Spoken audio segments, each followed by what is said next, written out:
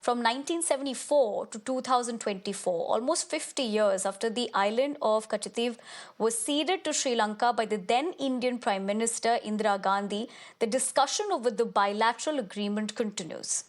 The Prime Minister had retweeted a Times of India article about an RTI reply that shows how Indira Gandhi ceded the island to Sri Lanka.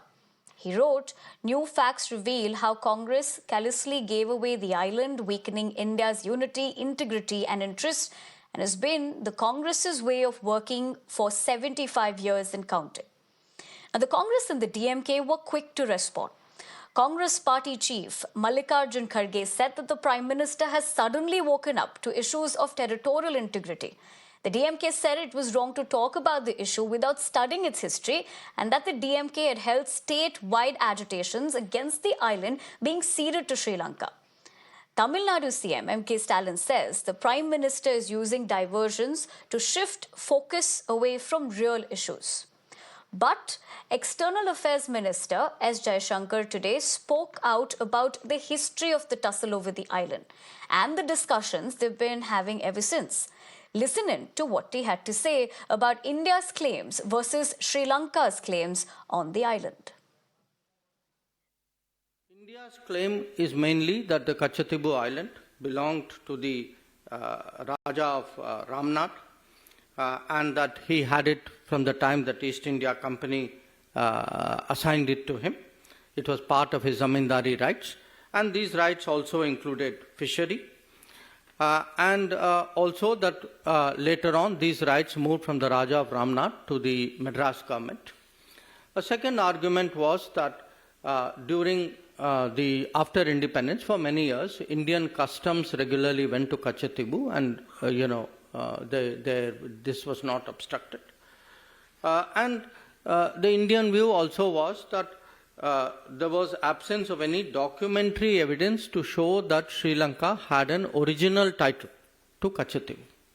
So these were largely the Indian arguments. The Sri Lankan argument, which also this document, which has been obtained under RTI, has released, was that according to them, they have records which go back to the 17th century, and that they also feel there were some conferences where which looked at their claim in a more positive manner. This is their claim. So please understand, this is not an issue which has suddenly surfaced. This is a live issue. It is an issue which has been very much debated in Parliament, in Tamil Nadu circles as well. It has been the subject of correspondence between the union government and the state government. Two parties, the Congress and the DMK, have approached this matter as though they have no responsibility for it, as though the situation is for central government, today's central government. All right, I understand Syed Hafiz of the DMK is joining me on the broadcast over the phone lines. Mr. Syed Hafiz, I appreciate you taking the time out and joining us here this afternoon on Mirror Now. Let me ask you this. The Prime Minister has said the DMK has done nothing to safeguard Tamil Nadu's interests. In fact, going on to say that DMK's callousness harmed interests of our fisher folk. How would the party like to read into the statement? See, first I should thank the Prime Minister and the Union government who has woken up from the deep slumber for the last 10 years in safeguarding and commenting about the interests of Tamil Nadu and the interests of Tamil Nadu fishermen. There are two parts which I should focus here. One, the livelihood and the lives of Sri Lankan Tamils, of the Tamil fishermen are at risk because of the atrocities of the Sri Lankan Navy that is happening. So when the issue is raked up about the security and the safety of the Tamil fishermen today, the 56-inch Prime Minister, rather than giving a solution to the critical issue of the lives of the Tamil fishermen, they go back to an issue which was 50 years old. So you want to take an historical wrong according to them as a justification to the atrocities today the Sri Lankan Navy is putting upon the Tamil fishermen. So that is one point to it. As far as the DMK is concerned, we have never compromised the interests of Tamil Nadu or the nation at large.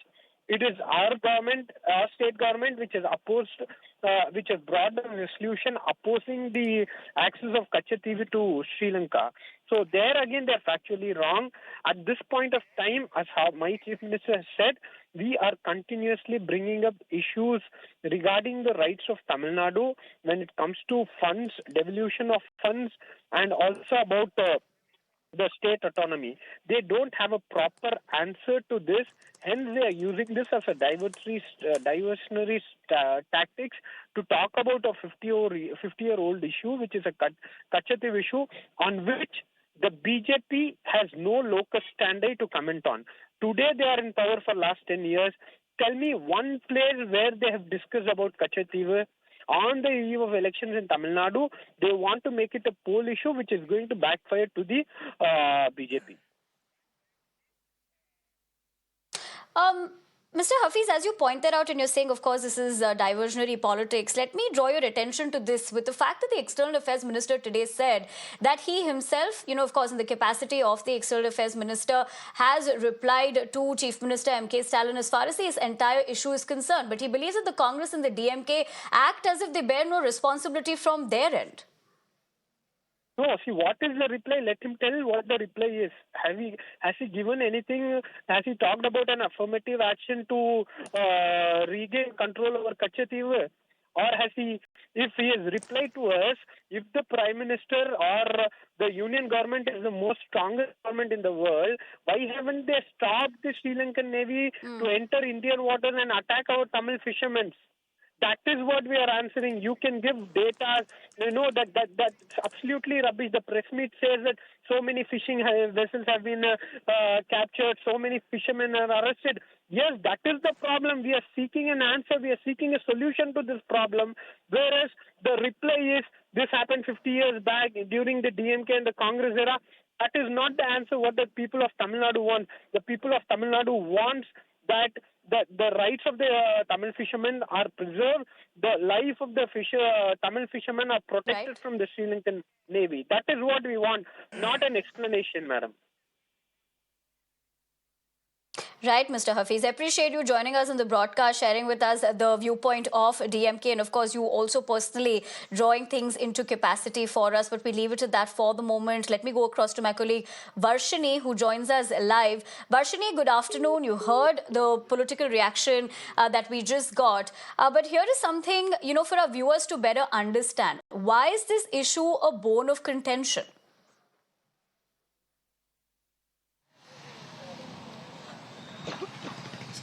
Excuse me.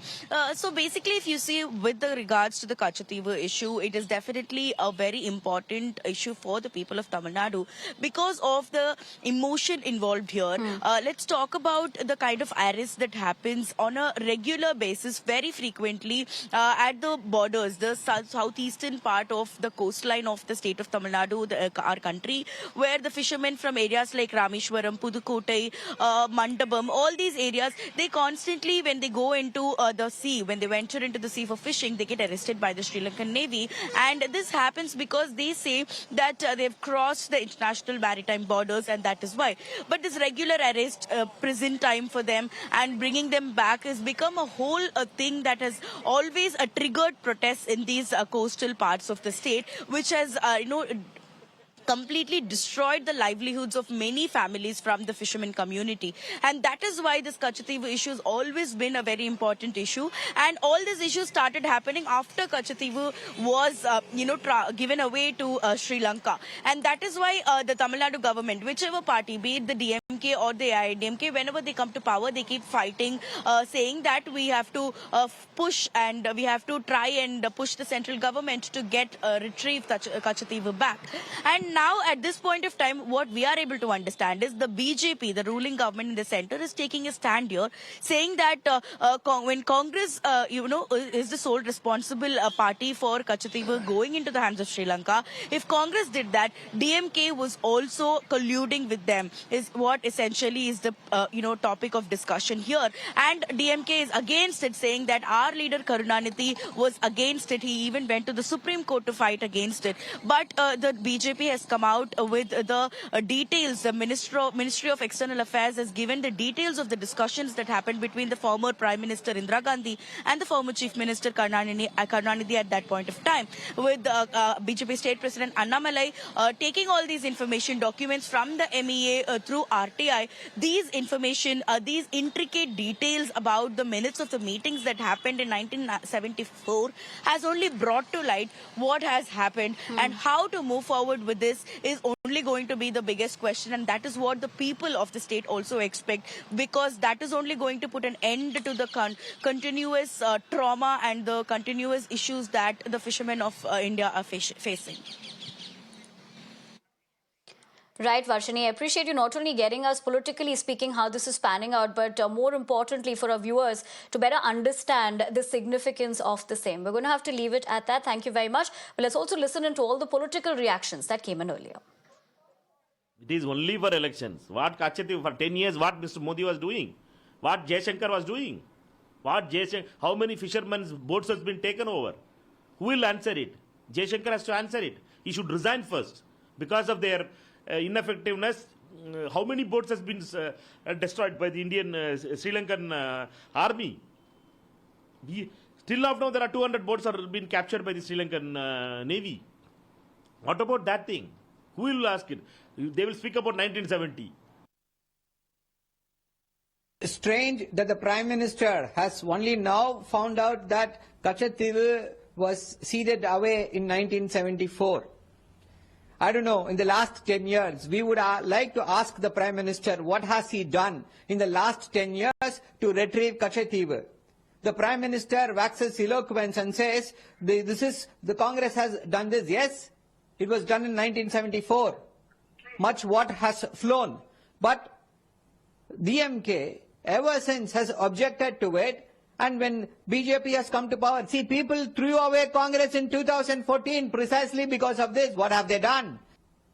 What joke are they trying to make? They say Mr. Annamalai has made an RTI. Every information is in the public domain. What information you are going? You are the central government. From where are you getting these details? Who are they trying to fool? See, the BJP is jittery. So to divert everything, divert all these things, divert the massive scam called the electoral bonds, the massive scam called the PM Cares Fund, the massive scam pointed out by the CAG. They want to divert the attention of the common man. That is why the Prime Minister is raking up an issue which is in the public domain for the last 50 years. Does the Prime Minister think that the people are going to vote for him just because he has pointed out that in 1974, territory was ceded away to Sri Lanka? People will ask him, what have you done, sir? They call you Vishwaguru. What have you done? Why BJP is not able to give out a statement that, yes, we will retrieve Katchatheevu? Why all of a sudden, after 3 years of taking charge as Tamil Nadu leader, Annamalai got the enlightenment to talk about Katchatheevu?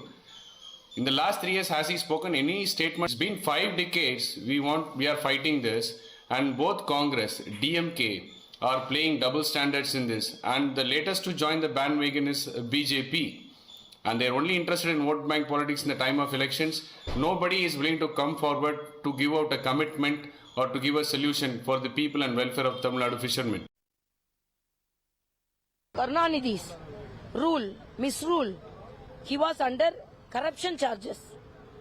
Madam Indira Gandhi was the Prime Minister. So there was an inquiry commission which proved scientific corruption had happened in Tamil Nadu. So they wanted to safeguard themselves. So to protect themselves from the corruption charges, they donated the fishermen's heartland. They donated the Katchatheevu for their own interest. Repeatedly I am telling, the responsibility of donating the Katchatheevu is purely because of the corruption charges of DMK, and central government was pinpointing, if you are not donating it, we will take action.